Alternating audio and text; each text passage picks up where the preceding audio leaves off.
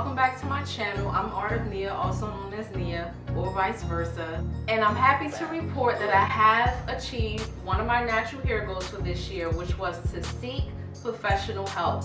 And as you can see, my hair is actually straight and pressed out. I did discuss my 2017 natural hair goals in a previous video. So if you haven't checked that out, please go ahead and check out my last video. I'll go ahead and leave a link to that video in the description box. I actually was able to visit a hair salon because I just hit 1 year of being completely natural as of January 15th of 2017. So it's been a complete year that I've actually had my natural hair, and I was just super excited, and what better way to celebrate by going to the hair salon.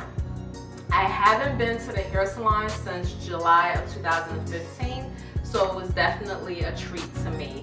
And shout out to my best friend for referring me to the hair salon. I was very excited. I woke up very early. I wanted to be the first person there. It was about a 45-minute to an hour drive, and I was just pumped, ready to go, and just ready to see, my hair straightened out, because I actually haven't flat ironed my hair since, I want to say, October of 2015. So it was definitely hard. I had to keep myself calm and just say, you know what, Nia, you're almost there. You're almost at your 1 year mark, and you can finally straighten your hair, which I've been itching and dying to do for the longest. This is almost going to feel like I'm going to be accepting an Academy Award or some type of Oscar. But literally, as far as my natural hair journey is concerned, I never thought it was ever possible that I can ever take care of my hair and allow it to reach its fullest potential. Growing up, I was always taught that someone else had to take care of my hair. And what that translated to was, basically, I had to make multiple trips to the hair salon. We look at a hairstylist as someone that we trust or someone who's knowledgeable, and we look at them as a person who has access to the best products or the best hair products because they work in a hair salon. So this was definitely a huge and an amazing accomplishment for me to be able to take care of my own hair. And I couldn't have done this without God, because He actually blessed me and gave me the ability to be able to take care of my hair and allow the hair to be healthy and grow out of my head. So definitely, couldn't have done this without God. Anything you want to achieve or any goals that you have, you always have to leave it in the hands of God. Before I actually visited the hair salon, I actually did a 2-step Afro-G treatment, because I knew that my hair was about to undergo a lot of heat, a lot of manipulation, so I just wanted to make sure it was as strong as possible. I did insert some clips of my visit to the hair salon. It wasn't the best clips. I did the best that I could with the amount of time that I had, but I did speak with the owner of the salon about 2 weeks prior to my visit. She said it was absolutely fine if I brought in my camera, as long as I was mindful not to film her workers as well as the clients that were in the salon.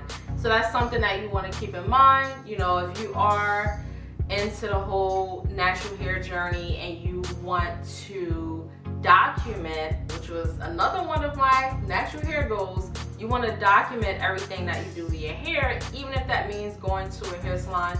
You want to make sure that you get permission from the owner if you can go ahead and bring in your camera. So the owner was very sweet. She was very knowledgeable about natural hair. I actually saw a couple of clients in the salon who actually had natural hair. She actually spoke with me for about 5 to 10 minutes. We did do a hair consultation, just basically asking me about my hair and what were my expectations and how I was actually caring for my hair. One of the most important things that she touched upon was health. She was just basically stating that, a lot of people, when something goes wrong with their hair, they want to jump from one salon to the next, or they want to switch up their products rapidly, when if you have all of this hair coming out, or if you have excessive shedding, she stated that you really need to go and see a doctor.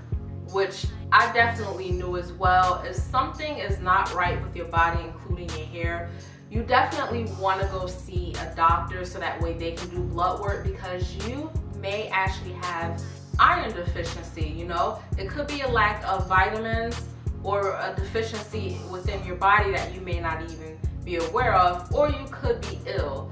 So it's very important that you listen to your body when you see something, a drastic change with your hair. If it's something that you see or something that could be remediated within the next couple of weeks or the upcoming months, then that's something that you don't have to worry about. So yeah, she and I just basically spoke, and she was very, very nice. Her hair salon was very welcoming. So those are the things you want to kind of keep in mind. So visiting her hair salon, and when you visit a hair salon, to a certain extent you do have to have an open mind, because everyone does things differently. How I care for my hair, the hair salon may do something different. So I just noticed when I did go to the hair salon, I didn't have the opportunity to pre-poo. Now at that particular hair salon, they want to go ahead and get you in and out. Prior to me washing my hair, I spent an hour pre-pooing my hair. So they're not going to spend an hour, carefully detangling my hair and pre-pooing. They're going to go ahead and try to get me out as fast as possible. Now, all of my hair products don't have to be 100% natural, but I do try to stay on the natural end of the spectrum, if you will, when it comes to hair products. So there was just one particular ingredient in the shampoo and the conditioner that was used at the hair salon that I haven't used in over a year. So that would actually be my last time using any products that contains that particular ingredient.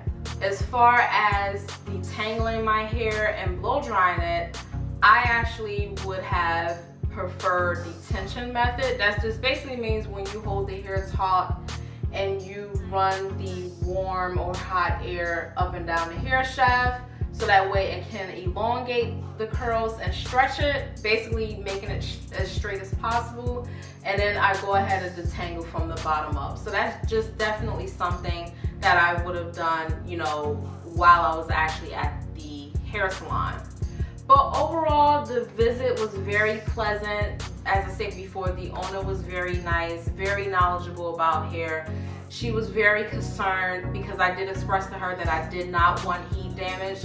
So she said her top priority was to make sure that she was preventing me from having heat damage as much as she possibly could. So with that being said, she did go over every product that she used in my hair. She advised that they were heat protectants. The shampoo and conditioner actually had barriers built into it, so that way it can protect my hair from heat as well. So she did advise, and this is in her words, she said, "There's no hair burning in my kitchen." So she did let me know. She said, when you wash your hair, sweetheart, I want your hair to go back to its natural curly state. I do not want any heat damage. You know those curling on or those hair tools that looks like you actually stick into a stove? But she was like, I never use those. I need something where I can control the heat. And that's very, very important. You do want to get a flat iron that has temperature control, so that way you can control the amount of heat that you're putting on your hair. And per my research, if I'm not mistaken, hair does burn beyond 450 degrees.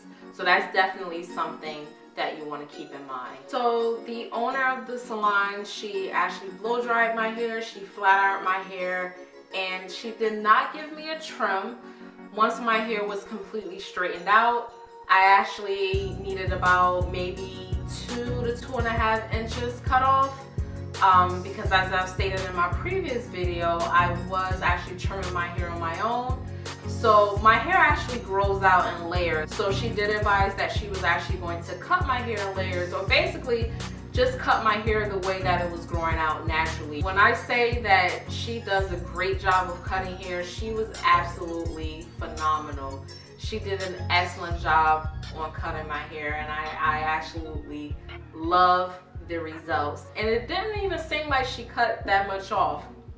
It didn't even matter to me because I had the big chop. So me cutting my hair, You know, if I know that it's going to get rid of dead ends and allow my hair to continue to grow, then no problem. I have no problem with getting rid of it.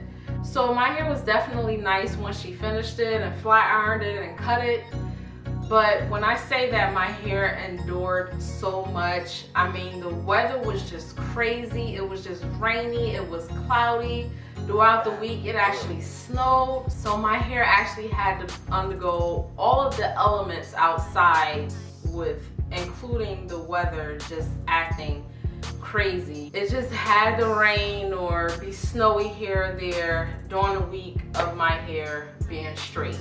So with that being said, my hair was just ready to revert. And the day that I actually got my hair straightened or flat ironed, the day I actually went to the hair salon, within a couple of hours my hair started to puff up and the flat iron look just completely went away. I had to think fast and think of something that I can do to try to make this hairstyle last as long as possible. So I don't recommend this, but I did go back and flat iron my hair thereafter. And something that I also meant to mention as well, which I actually forgot, she only passed my hair once with the flat iron. She made sure it was as straight as possible when she blow dried. She passed my hair once, actually twice, because she went back in after she did the trim to actually like bump the ends. But that was it. She said she did not believe in passing the flat iron multiple times on the hair, which I definitely agree as well, and I highly recommend. But I did go back in and just lightly pass the flat iron once within the week to kind of calm down the puffiness that I had experienced during the week from the weather. So once I actually did that, I was fine. And then today I did use the flat iron again a little bit in the front, but it wasn't even that much. My flat iron actually goes up to 450 degrees. When I actually used it, I only turned it up to 335 degrees. So I don't think that I have any heat damage, but the only way you can tell is when you wash your hair. So I'll see once I wash my hair.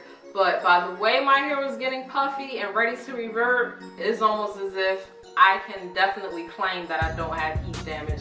But who knows, as I said before, I'll wait until it's fully saturated with water and I'll be able to better assess, you know, the health and the state that my hair is in. All right, everyone. So if you're interested in my length check, just keep on watching.